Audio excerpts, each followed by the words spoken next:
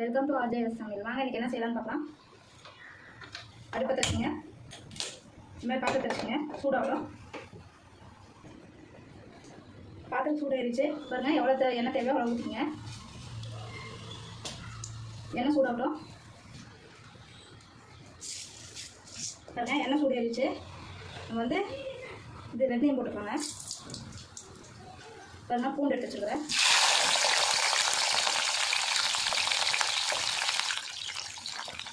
கருவேப்பிலை போடுறேன்.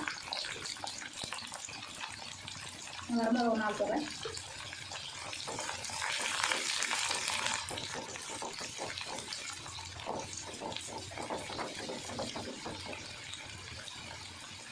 தக்காளி நான் ஒரு தக்காளி எடுத்துருக்கேன். இதுவும் போடலாம். தக்காளி மட்டும் ஊற்றி போடுறேங்க. இது வாங்கட்டும் பாருங்கள். தக்காளி வாங்கிடுச்சு. இப்போ அடுப்பு வந்து ஸ்லோவில் வைக்கலாம். பாருங்கள். மல்லித்தூள் வந்து நான் 1 ஸ்பூன் போடுறேன். உங்களுக்கு காரம் எவ்வளோ தேவையோ அதை போடுங்க. நான் மிளகாத்தூள் வந்து 1.25 ஸ்பூன் போடுறேன். மஞ்சத்தூள் கொஞ்சம், பெருங்காயத்தூள். இது நல்லா வணக்கிடுங்க. அந்த பச்சை வாசனை போகிற வரைக்கும் கொஞ்சம் வணக்குங்க எண்ணெயிலேயே.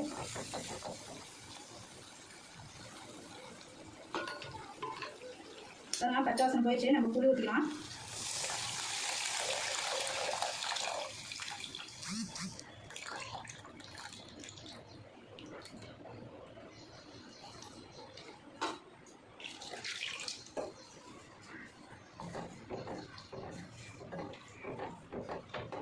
இப்போ வந்து அடுப்பு அதிகமாக வச்சுங்க.